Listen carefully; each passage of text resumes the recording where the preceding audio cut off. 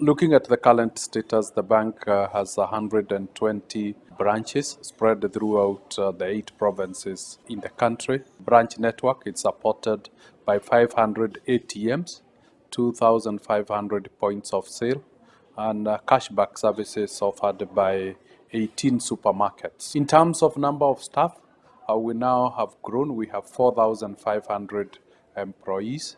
We have increased to 3.4 million depositors and 700,000 borrowers.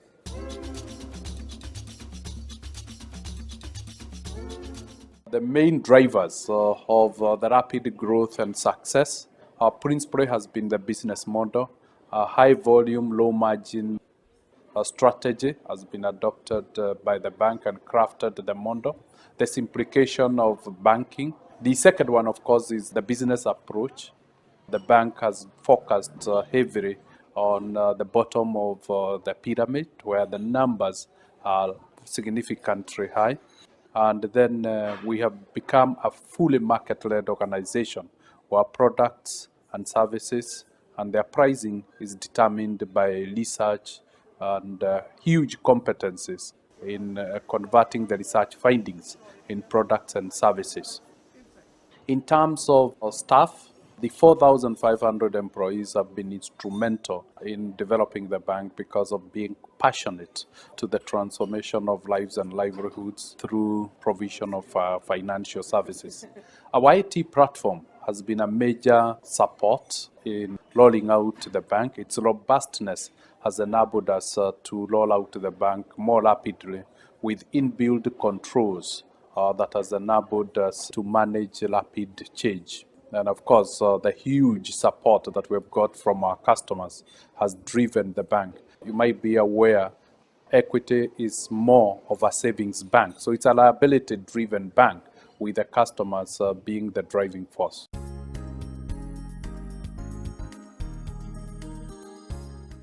Microsafe have played a significant role in the development of Equity from inception.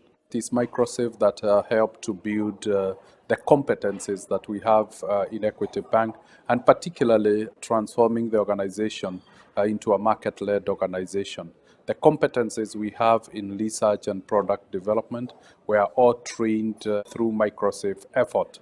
The toolkits that we use in the bank, whether it is risk mitigation, or product development, pricing, costing, are all developed by Microsafe. The strength of the bank in transiting through a change management process have been supported by Microsafe all through. And the bulk of the training of 4,500 employees is through in-house training. We have developed trainers within the bank. So far, we have 200 trainers who specialize in different areas of operations in the bank.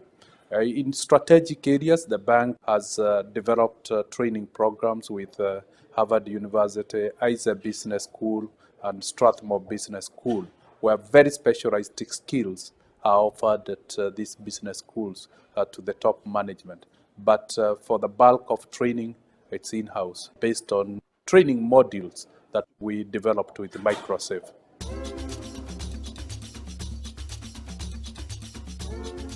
Equity is challenged in terms of delivery. It cannot rely on brick and mortar to reach its more than 3.4 million clients. And innovation and creativity has played a significant role in helping devise cost-effective mechanism of reaching the customers. And two of the major products that have evolved out of that is electronic delivery channels. At the moment, we have 500 ATMs dedicated to serve the huge number of savers. And we are happy to say 81% of all cash transactions are now handled by the delivery channels. The second one has been innovation in the mobile telephony space. And we are now seeing the cell phone being able to process 18 of our functionalities, enabling convenience, affordability to our customers to transact from their homes and from their offices. And we are seeing so far about 200,000 customers embarked on internet banking. We see it as the way to go into the future, given that computers are now becoming readily available.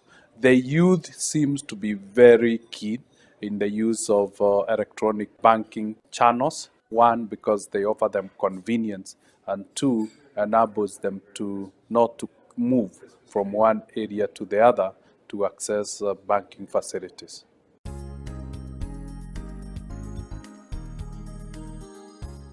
I would say the biggest challenge one confronts in rapid growth is that aspect. How do you ensure you are growing while you are remaining profitable and consequently sustainable, and that you don't end up with a poor quality asset portfolio or you lose control of the internal control mechanism? So that aspect is critical, it's important, and needs to be managed. The second one is the ability to match growth with growth in capacity and competence within the organization.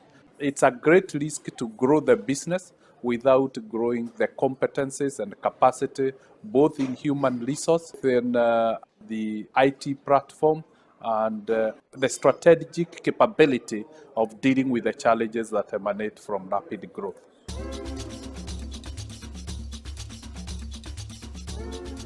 Looking back over the last 16 years that I've been at the helm of equity, I would say we have made numerous mistakes.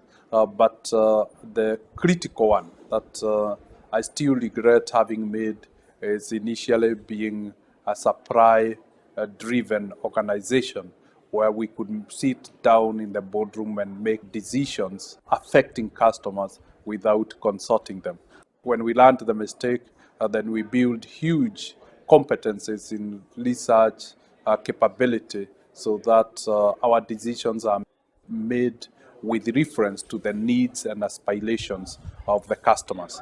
We have also made mistakes in terms of timing, when to change some of the policies. Sometimes you prolong a policy beyond its usefulness and fail to know when you need to terminate. So, at what moment do you need to change? And lastly, is challenges that we have made sometimes not building capacity in good time, and sometimes in the past we have had moments where we have felt overwhelmed by growth. We have also made mistakes in terms of product development, where we've developed a product, short-circuited the whole process of product development, and then realized when it is too late and we have rolled out the product, some features that ought to have been noticed if we have carried through the whole product development process. We have also made mistakes once in a while in handling staff, whereby we are not very sensitive towards the needs of the staff and are more focused on the needs of the business without knowing that it is the staff who drives the business. I hope you enjoyed the video. If you notice, James Mwangi mentioned the word business model, and in that business model, it's very clear the customer value proposition, the profit formula, the resources, and of course, the processes.